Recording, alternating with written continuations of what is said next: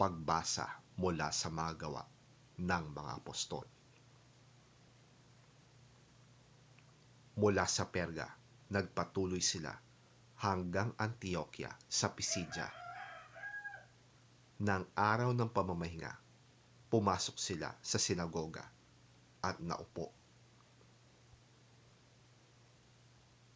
Pagkatapos ng pulong, sumunod kina Pablo at Bernabe ang maraming Hudyo at mga debotong Hintil na nahikayat mula sa relihiyong Hudaismo. Nagsalita sa kanila ang mga apostol at pinangaralan silang magpatuloy sa pamumuhay ng nararapat ayon sa kagandahang loob ng Diyos. Nang sumunod na araw ng pamamahinga, halos lahat ng tao sa lungsod ay nagkatipon upang makinig sa salita ng Panginoon.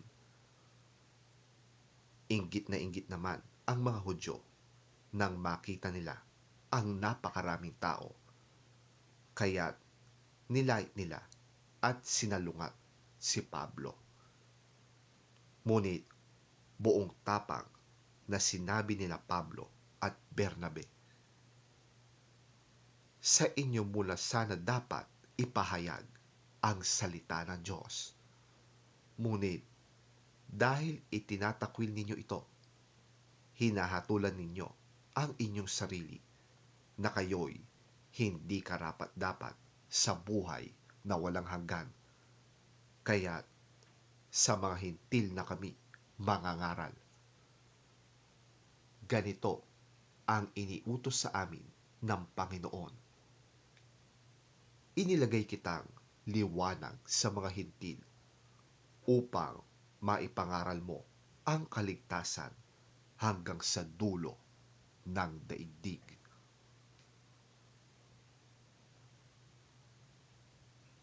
Nang marinig ng mga hintil ang mga salitang iyon, sila'y nagalak at nagpuri sa Panginoon dahil sa salita niya, at sumampalataya ang lahat ng hinirang para sa buhay na walang hanggan.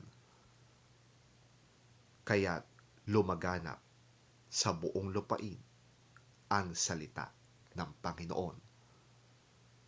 Ngunit sinulsulan ng mga Hudyo ang mga pinuno ng lungsod at ang mga debotong babae at kilala sa lipunan. Ipinausig nila sina Pablo at Bernabe at pinalayas sa lupaing yon.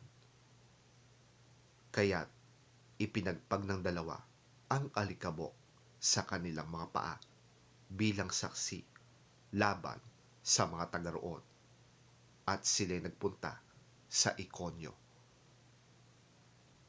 Ang mga alagad naman sa Antioquia ay napuspos ng kagalakan at ng Espiritu Santo.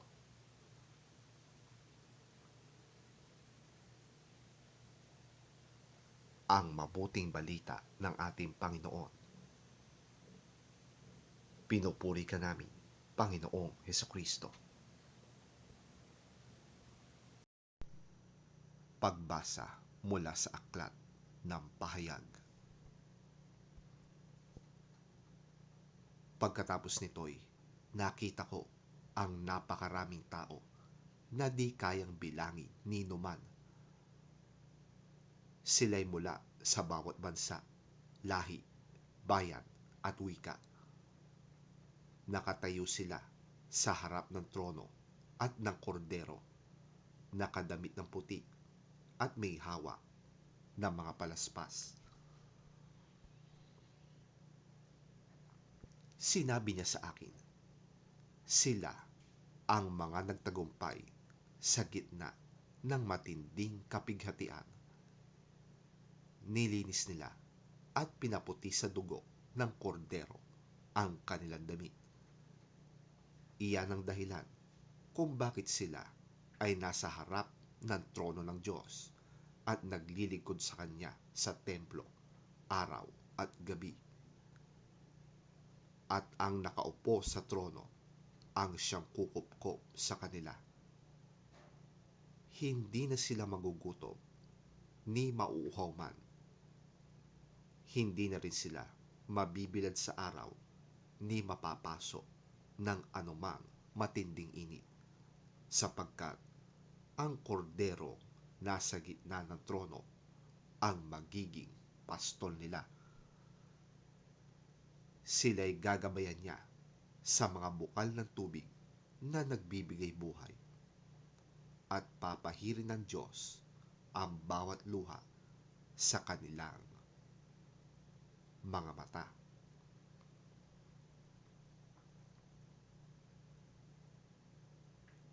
Ang salita ng Diyos. Salamat sa Diyos. Ang mabuting balita ng Panginoon ayon kay San Juan. Papuri sa iyo, Panginoon. Nakikinig sa akin ang aking mga tupa. Nakikilala ko sila at sumusunod sila sa akin. Binibigyan ko sila ng buhay na walang hanggan. Kailanmay hindi sila mapapahamak at hindi sila maaagaw sa akin ni numan. Ang aking Ama na siyang nagbigay sa kanila sa akin ay lalong dakila sa lahat, at hindi sila maaagaw ni numan sa aking Ama. Ako at ang Ama ay iisa.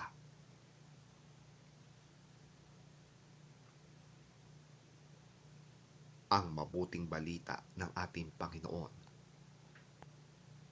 Pinupuri ka namin, Panginoong Hesukristo.